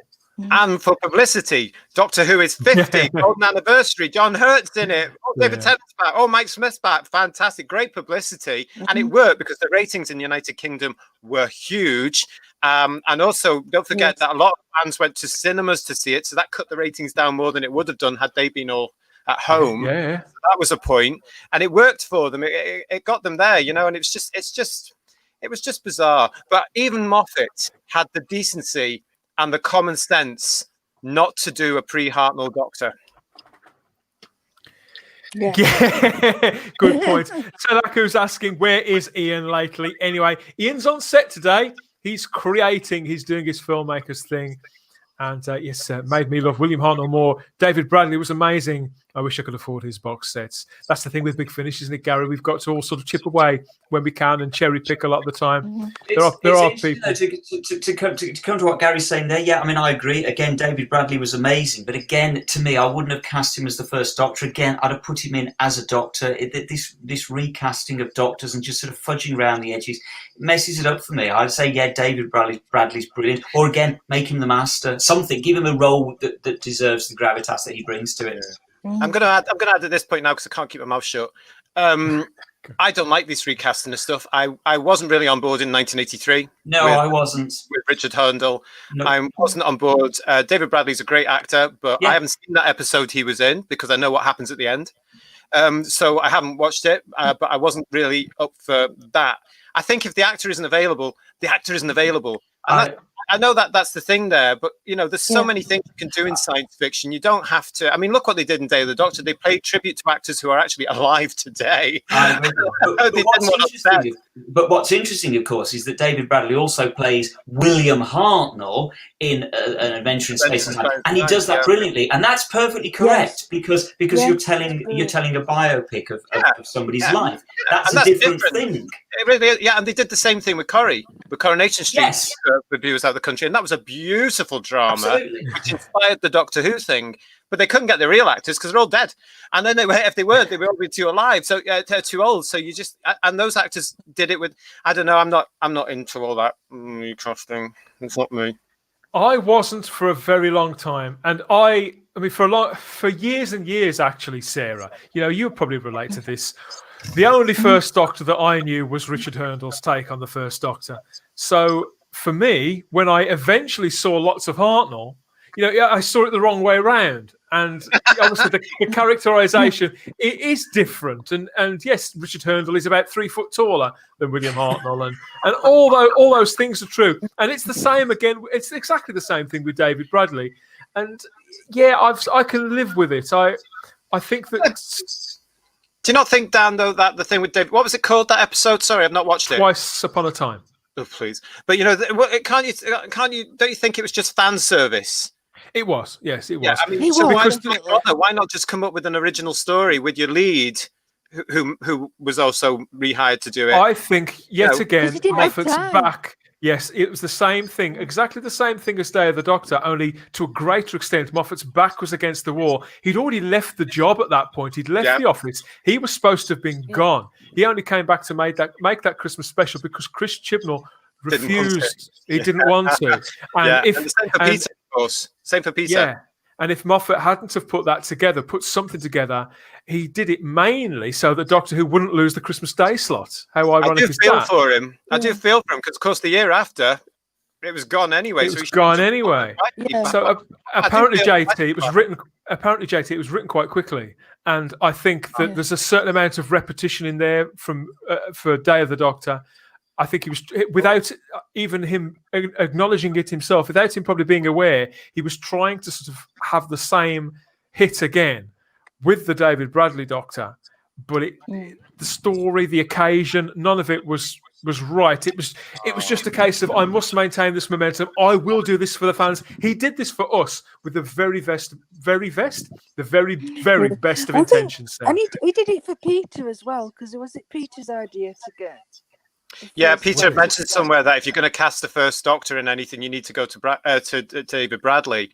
But it just seems a shame because it takes away the dramatic epilogue from Series 10, where you can actually see Capaldi was about to regenerate into something there. And then they've had to, I mean, that must have been an artistic nightmare to go, you don't want what? What? You mean I've got to, oh, Christ. You know, I feel for Moffat on that one, actually. I don't think that was very fair of the incoming team at all. Got to fit in a whole story in that gap. An absolute creative nightmare. We've got Christian's about to join us again here from his travelling TARDIS. Let's see if he thinks that was a creative nightmare. Speaking of creative nightmare, no, I just walked in. Yes, we're just talking about Twice Upon a Time and the creative nightmare of poor Stephen Moffat being dropped in the deep end there and having to pull a special together really quite quickly. Would you have taken that job on, or would you have been out the door? Sorry, that's my bus. My bus has just come. I'm gone. So would I take him Twice Upon a Time? Yes, and I would have made it a 2-Doctor story, nobody else. Why? Because I think that Stephen Moffat had some when they were saying that the first and the 12th Doctor were meeting up. I like the story of that the first Doctor finally gets to see what happened to him, and does he really? Oh, that's Sarah. She's on her phone, so it might have just. This is something I said. I like to see an argument between the two of them about the direction that the Doctor went, and just the two of them. And they were so close. And I love the scene where the Doctor sees those bubbles or whatever were floating around. And you became this war doctor, and you became the Valyard, the Shaluter of the Valyard, and all these images. Really? Well, they actually went through all that. I mean, the general public on Christmas Day in Britain must have gone, "Oh, fuck! Where are the sprouts?" It was somewhat of an overstuffed turkey, wasn't it, Simon? Do you remember that one? Well, the thing is, and the problem is, you know what I think of making Doctor Who into fan fiction. I think this is what JT's talking about as well. And that episode in particular is pure fan fiction. And it probably would have made a great Big Finish story. Wouldn't for me personally, would have made a great Big Finish story or a book, whatever it is. But as JT says, for the general public tuning in on Christmas Day, they want to see Daleks kicking 12 bells out of the earth or something like that. They don't need to see all that. Okay, I get it. You wanted a good feel story about that, but to acknowledge to not have it as a story, I like the fact that the question came up: what if the first Doctor did not want to become what he saw? And would the 12th Doctor convince the first Doctor of what has happened and the good things that have been involved? That, to me, I thought that was a good question. But as I say, for me, Christian, that's as I said, that's a brilliant Big Finish story, because the only people that buy Big Finish are uber geek fans. Yes. Whereas the general public, they won't even remember who the first Doctor was, let alone they care about what he became. Actually, sorry, Simon, in the context of the story that we all know, we have had the 3 Doctors, we have had the 2 Doctors, we have had 5 Doctors, we have had Day of the Doctor, and it was actually established in Day of the Doctor that the previous incarnations don't retain the information anyway. Because they go back into their own time stream, so that means they do not know that what they're going to become. They forget everything about it. So not a valid argument there, because he would have forgotten. But he's in the moment. It's when they leave and they have, what is it called, the time winds that they came up with, that terminology, that the Doctor loses his mind, but he is there in the moment. So he sees everything. Now, he probably will forget everything, because we know in the end he eventually regenerates and he will forget everything. But in that moment that he's questioning himself going forward, I don't think we needed Bill. I don't think we needed Nardole. I don't think we needed a nice little Clara. That was all fan. Clara was it? Yeah, she was there for a moment. Remember, he got. I didn't watch it because I knew what was happening at the end, and I didn't want to cry and witness. Oh, I'm sorry. I did not know that you were. No, I didn't. I tell you, what was I going to say there about that? I think as well, the only good thing about that came out of it for me is that it was a perfect full circle series end. 12 meeting the 12th incarnation meeting the first incarnation, for me was the end. And who knows what goes on after that, because I don't know. It's a viable circle thing. It's a very viable end, and I think that Doctor Who. I think for me, see, Doctor Who is made up. It's a 57-year-old story, full of great stories and great characters and thrills and laughs and all the rest of it. But what Charlotte mentions here, she loved the scene where the Doctor compared his life to a battlefield because it was a great character moment. And for me, Doctor Who, all the things, my fondest memories of this entire show and following it my whole life, it's more about moments than specific stories. And there were moments in that which did kind of redeem it. We've got another comment here. Somebody was just talking about that, about the end. JT, you mentioned about that ending there. Retro Dicky says the fan edit of Twice Upon a Time is really worth a watch. Much better than the original. Now, interesting. I don't know if you know about this. No. Yes, the fan edit of Twice Upon a Time was released last week. It's called 13. And if you keep an eye, this is where I go seamlessly into a plug for the channel. If you subscribe to this channel and you watch out for a video that's coming out hopefully in the next few days, I have interviewed the very fan who's put 13 together. The guy who has very good worked this marvelous job, this alchemy on Twice Upon a Time, and given it the let's put it this way, JT, he's created a version of Twice Upon a Time that you will be absolutely fine to watch. No, so hang on a minute. Sorry, he's taken the BBC episode and changed it. He's re-edited it, yeah.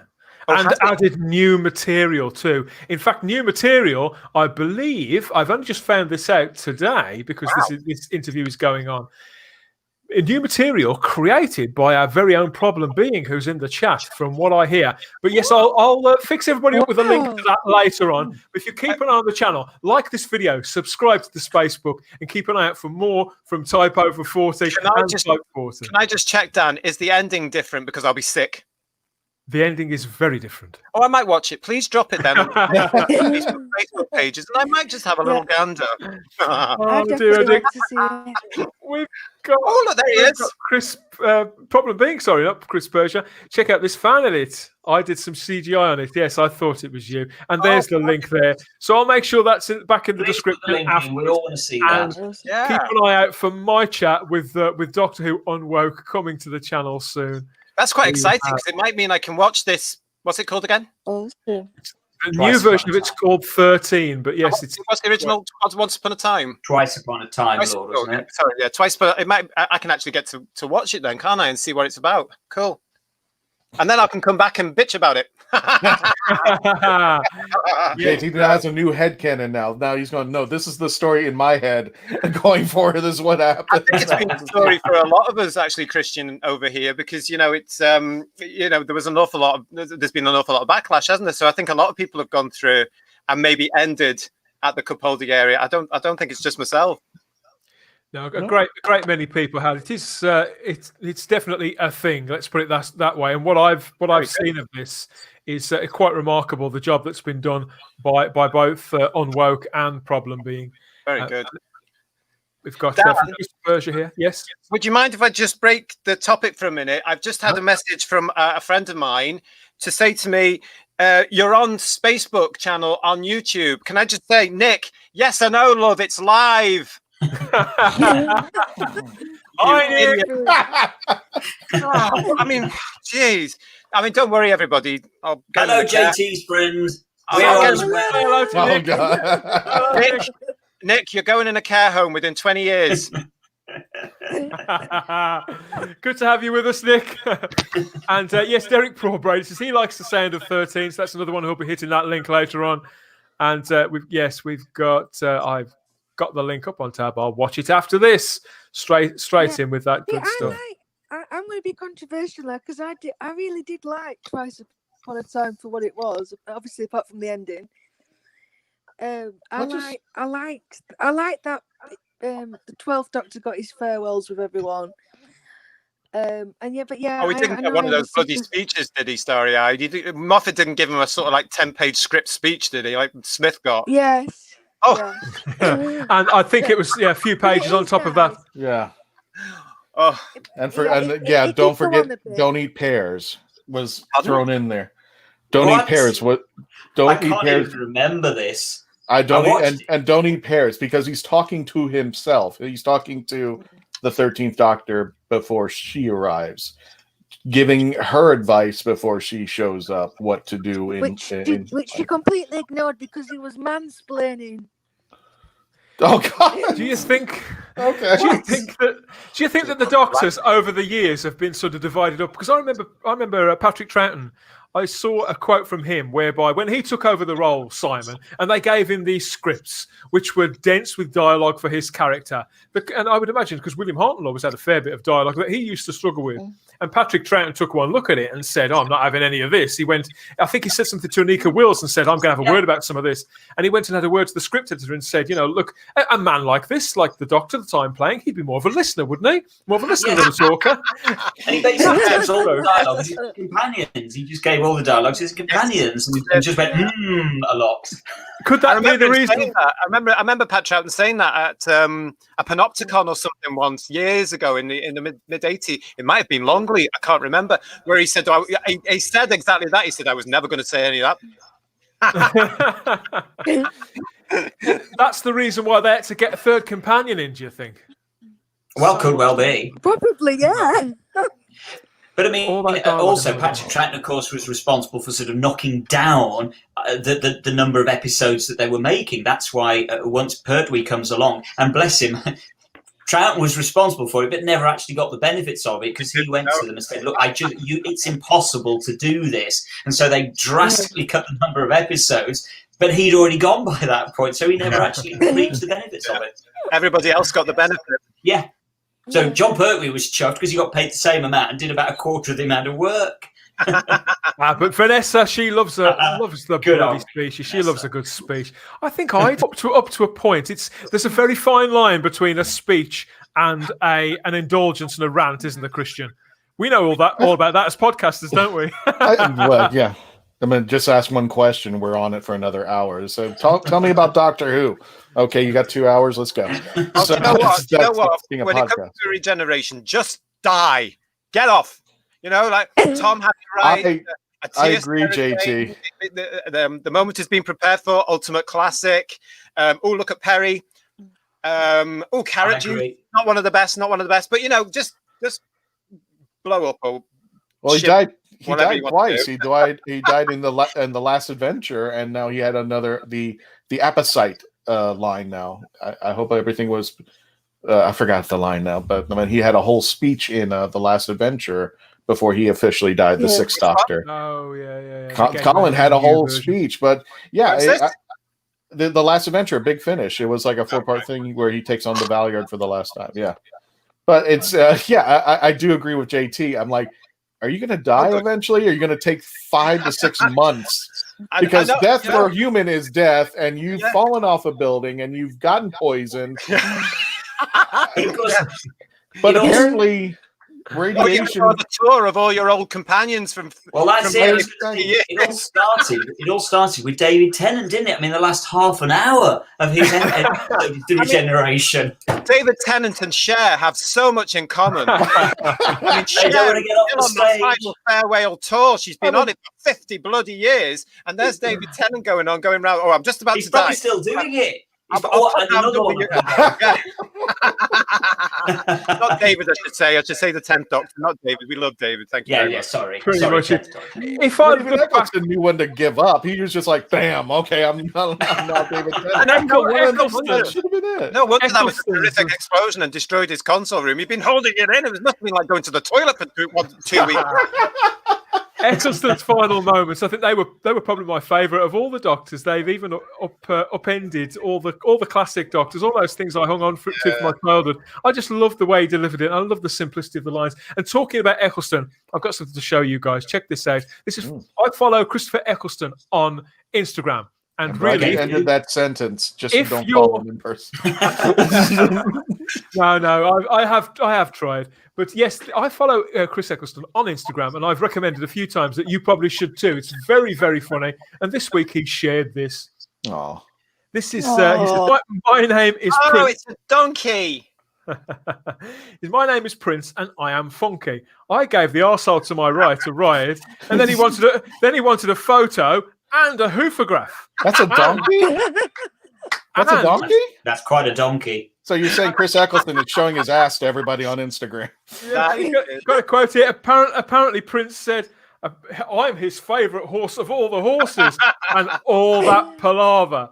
Have you clocked his gait? Couldn't stop a pig in a back entry. That is brilliant. Well done, Chris. That's wonderful. Really good. Such a funny Instagram feed. He's round his mates' houses. One of his friends is like a champion vegetable grower. You know, the kind who displays marrows at county fairs and things like that. Yeah. And he's there with all these enormous vegetables on his head, down his trousers and everything. For a man who the legend was that he didn't have a sense of humour. Simon, it really is. It's absolutely hilarious. It's the only thing that I regularly go to. Because in interviews, he always comes across as a very, very serious actor with a capital A. That does appear to have no sense of humour. It's true. And I've been quite critical of the humour that they introduced in his series that I don't think worked, that I don't think he carried off very well. And so maybe we've got either we've got him wrong, or certainly I've got him wrong, or as he gets older, he's just losing his inhibitions and he's becoming less actorly and more fun-loving. Who knows? I think he's mellowed since he's had children. I think that's different. You mellow with age anyway, don't you? Yeah. You mean with age you stop worrying about what other people think, and so he used to come across as very serious and very self-aware of himself, terrified to say anything in case it was taken incorrectly. Maybe just doesn't care anymore. A friend of mine. If you bump into him in the street, as you may do if you... I lived in Manchester once upon a time and met him on HMV, and I've met him in a couple of other places. He's actually okay. He's quite... he's lovely. Like, oh my God, it's one of you lot. One time I met him, the time I met him in HMV, he had this big beard. But I know a Time Lord when I see one. And I said that to him. I said, hello. And we had a bit of a chat. And I said, listen, if I'd known I was going to bump into you, I would have brought in one of your novels. And he said to me, well, you'll just have to carry pictures around with me wherever you go then, won't you? I think a friend of mine interviewed him for a couple conventions, I think at a GalaxyCon. And I think he's just the type that he doesn't, from what I see and from what interviews and such, I think he has to get comfortable with you first before he lets down his guard. I don't think, I think he's kind of aloof, but I do think if you get to the point where he is comfortable with you, then the humor comes out, then the fun comes out. Because remember, this is a guy who was, according to him, he was shunned when he was doing Doctor Who. So he could have carried that angst. But then again, you see him in pictures as the Doctor going to, meeting friends, going out with fans. And finally, he's kind of brought down the barriers. Now he's seeing whovians going to conventions when we were open. So maybe it took some time for him to get over that angst. That wasn't a fan thing. It wasn't a Doctor Who thing. I think it was a BBC thing. And finally, when it broke down, he also the fact that he can get paid for it helps.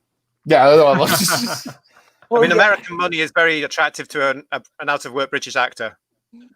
Derek Brady has been watching him in Poirot this week. He said he brought some much-needed intenseness to it. Intenseness is yes, and there's some nice pics of him in the airport with Matt Smith. That is a nice set of snaps that people got of them hugging together. I agree. I'd like to just handbrake turn into a bit of a plug while I remember Sarah, because you'll like this. Okay. Kyle has just dropped the latest edition of Type 40, a Doctor Who podcast. That's just turned up on the feed, everybody. And it's, as you know, we've been on a bit of a break for a few weeks. This is our live show that we recorded 2 or 3 months ago in podcast form. So it's an edited version. And it's yourself, Sarah. You were there, along with several people from YouTube. So we've got Bolstrek, the notorious Bolstrek. We coaxed him out to talk about this. We got Blue Bonnet Whovian, very creative, very funny. Andrea Lane there, Blue Bonnet Whovian. The Mega Geek, our own Ian David Diaz, and Gary from Nerdrotic. Steaming in with lots of ideas about what we would have done if we were the showrunner of Doctor Who. That's up on the feed now over at the Fandom Podcast Network. There'll be another ad for that a little bit later on. But yes, that has just dropped. Look out for it everywhere. Do you remember recording that? Oh, we had so much fun on that. Sorry, Christian. What were you going to say? No. I wanted to say to talk about that. It was I over time I became a Bolstrek fan, but you can tell like the difference between Bolstrek from 3 to 4 years ago to till now. Because when he started doing his critiques of things, I loved watching him. He's like, well, I'm on this thing again, and I'm just reviewing, and we have something different for today. Now, I didn't appreciate to today. He goes, what in the effing hell? And we walked he just morphed into this, and I just like, I love watching him just because I love his rants. It's very much a character and a performance, and some people out there don't get it. I'm not saying he doesn't believe those things, he does, but he interprets them and he performs in a very particular way. And as he explains on that show, he explains why he makes those choices. And I know that some people don't agree with that, and I get why. But it's up to him how he wants to say whatever he says, isn't it? And that's how I look at it. And yes, all those episodes of the Type 40 podcast are available on Apple Podcasts, Spotify, Stitcher, Google Play, iHeartRadio, Podbean, and over on the Podbean app itself. You plug away. Look at all that. Get the plugs in, love. All that Doctor Who goodness, yes. And then we're back. We're back very, very soon for more. Oh, Sarah's popped off again as I was about to ask her what we got planned next. Yes, so keep an ear out, or both ears, for all of that. Speaking of which, Christian, how are things with you over your side of the pond this week? What are you up to? No good. So I can give a plug because you guys were talking about Paul McGann and what the 50th anniversary and all that. I didn't have a chance to jump in there, but if you want, I can ask a question for him because we're going to have him on live this Friday at 7 a.m. our time. Very nice. Noon your time there. We're going to have Paul McGann. We're just having a great time because he's going to be at Wizard World that weekend, this coming up weekend. So we're going to Christian, if you can ask him from us here at the Spacebook, please ask him. Did Stephen Moffat ask him to do Day of the Doctor? Just what I was going to say. The full episode and report back live next week. We need to know, was he asked and did he turn it down, or was he never asked? This is the most important question we need to know the answer for. We need to know. And talking about podcasts, I wanted to see if any of you have heard this yet. I'm not sure when it dropped, but Billy Piper has been talking to David Tennant on his podcast. It's a cheek and half, isn't it, Christian? These actors starting their own podcasts now. I was. We have something in common. It's just like we're both on iHeartRadio. Goes, oh yeah, and I'm just like, and I told him, I said, I will not audition for Doctor Who if you get off my lawn. I got here first, big boy. So like, worked hard for that one. The brilliant thing about this, of course, is Billy is plugging a new show. Oh, is this the I Love Susie or I Hate Susie or something? Which, of course, is produced by Bad Wolf Productions. Is it? Which is Julie Gardner's company with what's her name? That's just gone out of my head. Sorry, Lorraine Heggessy. Huh? Is it Lorraine Heggessy? Yes, it could be. Yeah. So it's a great chat for actors to plug various projects they've been working on or want to launch or anything like that, isn't it? It's great. I was hoping Sarah would be back in, but I think we may have lost her. Come back, Sarah. Come back, starry-eyed girl. It wasn't until I showed up. She's gone. I'm the bad penny to her. She always like she got to run off. Christian's on bloody hell. Let me get off. She's been called away. I think. Yeah, she's here. We are. She's having connection problems. Oh, never mind. I love we're winding down in a moment. I'm surprised she just didn't give one of these big speeches there on that one. Actually, because she loves all those big. I'm just kidding, Sarah. Yes. I just want to go back a little bit there to the 50th anniversary because I'm not insulting anybody here. I'm just saying it's. I think if we're seeing a different perspective, we could easily be in Moffat's chair and try to do his job at that moment with all the confusion that was going on with Christopher having an issue with whether we're going to have a war doctor. With one of my gripes was I'd love to see the classic actors, all the classic Who actors come back. And I'm like, they took audio from Doctor Who, and like you couldn't put all these guys back into the Big Finish studio and have them record something totally different to do, just for the 50th anniversary special. And then we got our Tom Baker, we got our fan love with Tom Baker showing up in there with Matt Smith. I mean, I can sit here and argue about the direction it goes in, but I'm kind of happy what we got. Now, could have been better? Yes, 100 times better. Do you know what though? I mean, again, from a public point of view, and you can't write for fans, whatever they think. I think there is a difference between American fans and British fans as well, by the way. I'll bring that into you now, Christian. That's true. But that show was a massive success for the BBC One that year. It was in the top rated shows of the entire year for 2013. And you know what? The public would have watched, and there's John Hurt as Doctor Who, and they wouldn't have cared anything else. They wouldn't have cared about it at all, and they didn't think about it afterwards. And it was just a very good Saturday night romp, as J&T used to say, about this show, and it was a huge. But don't you think, JT, that really the public would have been far more excited to see Tom Baker, Peter Davison, Colin Baker, Sylvester McCoy back? Okay, they don't look like they did when they were in the show. We know that, but don't you think that they would have enjoyed that just as much? And I think actually a heck of a lot more than John Hurt. Because however good John Hurt is, I know we keep on going on about John Hurt now, but however good he is, he's not a doctor. He never was a doctor. So actually all you ended up with, being brutally honest, was David Tennant and Matt Smith. And I just think the public would have been far more up for seeing the classic doctors in there for one last time. I personally think I think that had it just been a rip-roaring story with one doctor, the TARDIS, and the Daleks, all of whom were 50, I think they would have got away with that as well. I agree. Any continuity. Yeah. I don't think any. It just didn't matter. If you had this great story where the Doctor's kicking the Daleks around and telling them being very bad, and there's lots of explosions in it, I think the public would have loved that just as much. And had they been given the flashback sequence, or had they had cameos in it, I don't think anybody else was necessary, really. The fact that Tennant was in it helped with the ratings. Absolutely.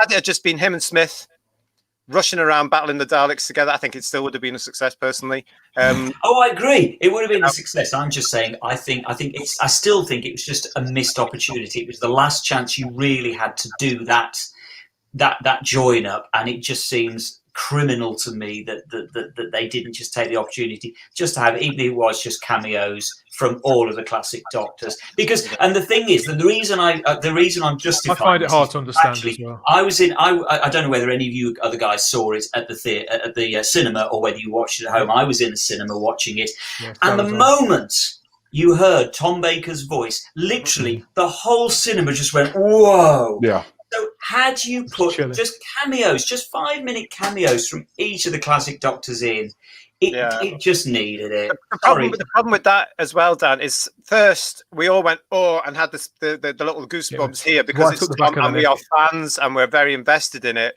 Had you offered one of the actors a cameo in it, I think they probably would have turned around and said, bugger off. Maybe, but they won't give me what the Dark Dimension was all about. We're in all of it or none of it. I think you're wrong, actually, JT, because I know they were really cheesed off that Tom Baker got a cameo and they weren't in it at all. So actually, I think they probably would have realised that there could only be a cameo like Tom. Do you think that they knew about the Tom thing before we did, or the first time they knew Tom was in it was at the? Oh, they did. Tom reckons he doesn't. There was an article in one of the magazines with Tom, and he said he was getting calls from some of the other actors about something. I think it was Davison's thing, the thing, and he said he didn't talk to anybody involved in Doctor Who because the production officer told him not to mention anything at all. And then, of course, on the 23rd of November himself, live on BBC Radio 2, he forgets and then tells the nation, "Oh, I'm in it tonight." Yes, I remember that. Tom Baker and I did an interview with Michael Jason on another show. It's just like they've reached the age where I don't care. What was it? Stan Lee was given locked-in contracts from Disney about Marvel and releasing Marvel information and stuff like that. And when he went to a convention, he just blurted it out. He didn't care. And literally said, "I'm 80 some odd years old. What are you going to do?" I'm just like, Tom's not bothered, is he? Let's be honest. Yeah. So it kind of wants to be. I meant all of us. I'm sure the four of us, if we had sat down in that room and came up with a story sitting by Stephen Moffat, all four of us would have come up with something completely different. And one story had to be executed, one story had to go. And I'm not saying that this is the best episode. I'm just happy it is. And can I appreciate that John Hurt is a doctor? Even though if it's a small role, he's a doctor. But it did open the doors for other things. And the Five Doctors reboot. The Five-ish Doctors. That to me is the anniversary episode. It is brilliant. It's brilliant. It's hilarious. All the way through it. Yeah, it gets quoted and screenshot just as much as the Day of the Doctor. Certainly does. It was an incredible achievement from Peter Davison there on what must have been quite a tiny budget. Well, Peter Davison and Georgia Moffat, she was heavily involved in that. From multi-Doctors, I wanted to share this with you, to multi-Cybermen. Whoa. That's nice. I thought you'd like this painting there, Simon. This is by Mark D. Lewis, and it's the evolution of the Cybermen. They're not in the right order there, Mark, but I think I know why he's done that. It's the order of hierarchy of the headgear, isn't it? I'd say. And and I'm being picky now. Where is the Earthshock Cyberman? I mean, I'm going to be really, really picky because that's my favourite one. I'm thinking that he's a black and white purist. That's the invasion. The Revenge of the Cyberman one, the Cybermen ones, they're not in here either. So I think maybe he only had a certain size canvas. I think that's probably. You can't put them all in. Then again, there's a part 2. You can do a part 2 there. You can go right up to Silver Nemesis. Nonetheless, that's lovely. That is really. Is that? Do we know? Is that sort of digital art, or has he done that? It's a painting, and I think the reason why, in all sincerity, could probably be due with the fact that he wanted to do a black and white painting. It's the black and white era. He's just purely chosen the black and white Cyberman. I'm seeing it now. Of course, that's what he's done. So actually, thumbs up to you. So we now need a colour one for the 70s and 80s Cyberman, please, Mark. Love that. There's plenty of them in the 70s, 80s. They may look the same from Earthshock on, but there are differences. And they're lovely. They're gorgeous. Yeah, gorgeous. But Mark, if you want to get rid of that piece of art, if you're fed up of it lying around,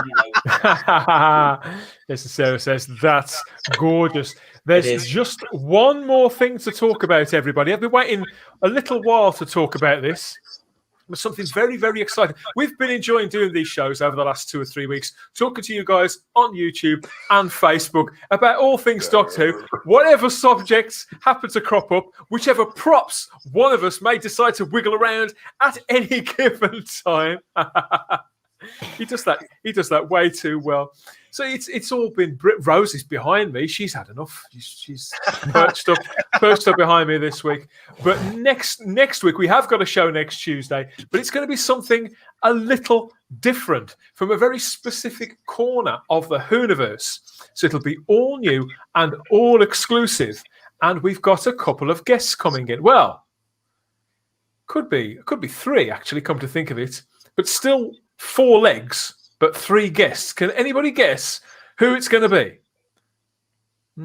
Yes, nobody in the chat. 4 legs and 3 guests. It's not John Barrowman. Yes, it's something Vanessa said. Don't tell me that. I was going down that road. It's not John Barrowman. Yes, next time on Type 40's live Doctor Who talk, we are going to be joined by the classic writer from the classic series, Bob Baker, along with Paul Tams, the custodians of K9, and we'll be talking all things K9 live for you on YouTube and Facebook, and you'll be able to put your questions as well to this legendary Doctor Who writer, his creation, and talk about anything really that you've ever wanted to know about K9, any version of K9 from across the decades. He's just had a really, really big birthday, hasn't he? I can't remember. Was it 43 years, JT? Yes. It makes you feel really old, doesn't it? When it sincerely does. We love K9 here. I've no doubt that Bob and Paul, they love K9 too. We're going to talk about all of that, but not just the past and the present of K9, but we may be talking about the future too. Bob and Paul are going to drop something very, very exciting with us next Tuesday. It'll be the first time they've talked about it anywhere at all, and we're going to share that with you. So look out for that. Very, very exciting. I love canine, and I don't know about you guys. What I'm going to do, I'm going to make sure that I've got several canines around me as well. And JT's gone to get his. So bring your canines to the party. We're going to have a canine-themed afternoon. All those different versions of canine, and who knows what the topic of conversation is going to be. JT, you got so excited there. Have you gone off to get your canine already? Always have a canine handy. That's what I see. Look at that. Yes, Life's better with canine. I've just said everybody, yes, and Sarah quite rightly says, you'd better have my canine on Showdown. I have several canines, and they will all be coming into play next time. I'll just leave it there. Everybody loves a bit of canine. I won't be able to sleep before next week now. You know me, Dan. You know me and canine. And I'll be popping up in various places to talk about. Yes, but the Bob Baker, of course, one of the co-creator of Canine back in the 70s. This guy, what's that noise? We're losing you, Dan. That's Canine himself. He's hacking the stream. He wants to get in early. You have to wait till next week, Canine. You have to wait until next week. It's so exciting. And that about covers it, everybody. Just a quick word. Recently, what's been going on the channel?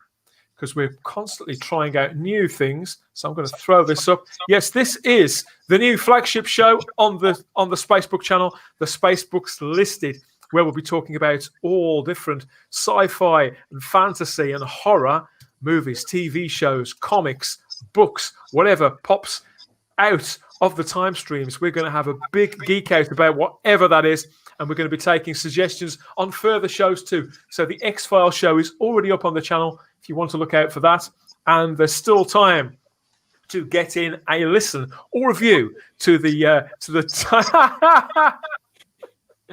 oh dear, to the Teleporter Blake 7 podcast. That's doing really, really well. I'm so happy that people have got that and get what it's about, and looking forward to more. So yes, episode 2 drops on the 7th of November.